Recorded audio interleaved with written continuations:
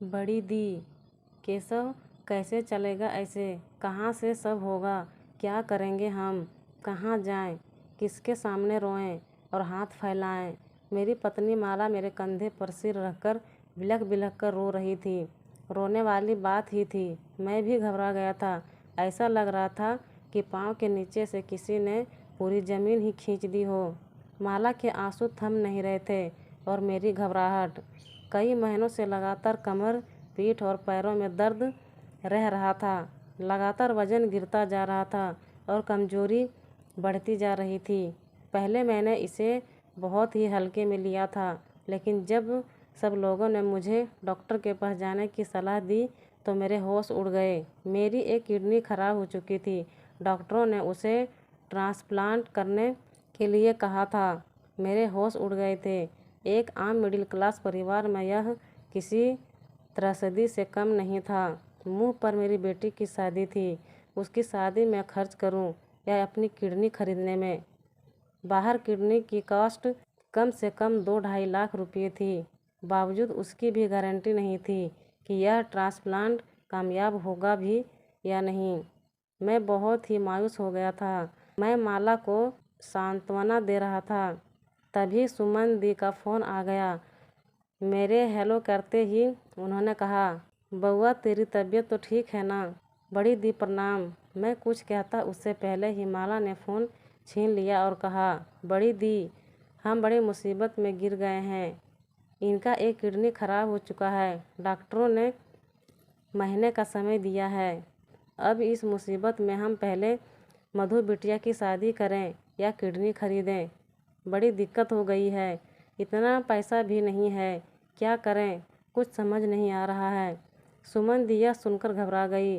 मैंने माला को आंखें दिखाया और उससे फ़ोन छीन लिया। दीदी को मैंने टालते हुए कहा, दीदी उतनी घबराने वाली बात नहीं है, आप निश्चिंत रहिए। सुमन दी घबराते हुए बोली, बहुत डरने वाली बात है बउआ। इससे ज़्यादा डरावनी बात और क्या हो सकती है? रात मैंने ऐसा ही सपना देखा था। माँ और बाबा दोनों आकर कह रहे थे, सुमन बउआ को संभाल लेना, वह बहुत डरता है। मुझे लग रहा था कि कोई ना कोई गड़बड़ होने वाली है। तुम चिंता मत करो, सब ठीक हो जाएगा दीदी। बस मधु की शादी हो जाए सही समय पर, भगवान इतनी मोहलत नहीं दे दे। मैंने लंबी सांस ली। भगवान तुम्हें बहुत सारा समय देगा। भगवान करे तुम्हारी लंबी आयु हो। चिंता मत करो, सब ठीक होगा। सुमन दी से बात करने के बाद थोड़ी सी पॉजिटिव एनर्जी मेरे अंदर आ गई। डॉक्टरों ने जितनी भी देख रेख और दवा और रिस्ट्रिक्शन जो भी लिखा था, मैं सारा फॉलो करने लगा। 1 महीने का समय दिया था। कमजोरी जाने का नाम ही नहीं ले रही थी। 15 दिन बीते थे। मेरी तबीयत अचानक ख़राब होने लगी। मैं बाहर बैठकर पेपर पढ़ रहा था और मुझे चक्कर आने लगा। मैंने किसी तरह से माला और मधु को आवाज़ देकर कहा, माला माला। उसके बाद मुझे कुछ भी याद नहीं रहा। आज पूरे 6 दिनों के बाद होश में आने के बाद मैंने अपनी आँखों अस्पताल के बेड पर पाया। मेरे चारों तरफ मशीन की आवाज़ आ रही थी। हाथों पर सलाइन बॉटल लगा हुआ था। सामने कुर्सी पर माला और मधु दोनों बैठी हुई थी।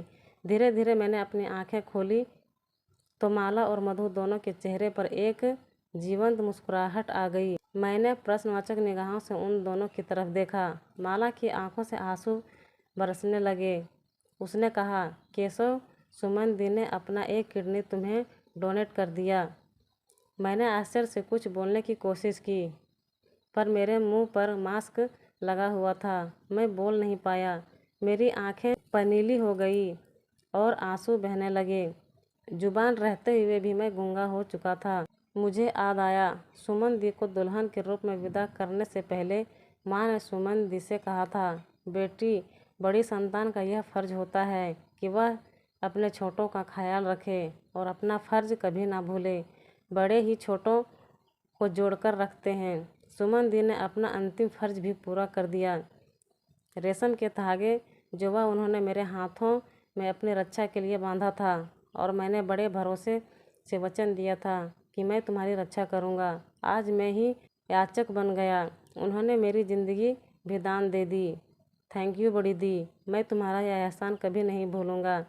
मैंने दूसरी तरफ नज़र घुमाई, देखा एक बगल बेड पर सुमन दी बेसुध सी पड़ी थी। कृतज्ञता में मेरे दोनों हाथ जुड़ गए।